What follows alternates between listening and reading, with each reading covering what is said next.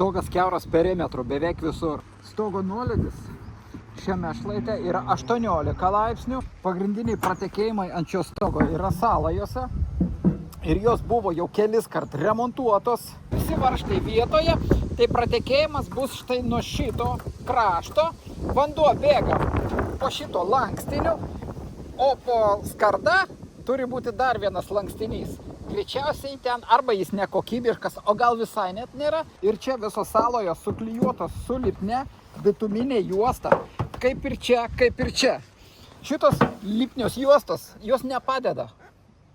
Jos iš pradžių kaip ir laiko, po to jos pradeda atkipti, štai, kaip ir čia. Čia tarpai. Ir uždaro vandens išbėgimą ir vanduo skverbėsi dar giliau į patalpas. Ir būna tokiu atveju, kai užklijuoja juostomis, kai iš karto kaip ir nebėga, o po to pradeda bėgti dar daugiau negu prieš tai bėgo. Kadangi tie varžtai nepritaikyti stogui, jie pragręžia plačias skyles, plus sriegis toks mažas siauras. Ir jie nebeprisiveržia. Štai. Suk nesukęs. Ir čia ne vienas tas varžtas. Čia visų varžtų neįmanoma priveržti. Reiškia, jie yra nehermetiški, o tų varžtų čia yra daugybė. Štai kiek. Atidariau stogo dangą, kraštą pakėliau, štai. Difuzinė plevelė yra, išilginiai grebėstai yra, grebėstai taip pat stori, yra masyvus.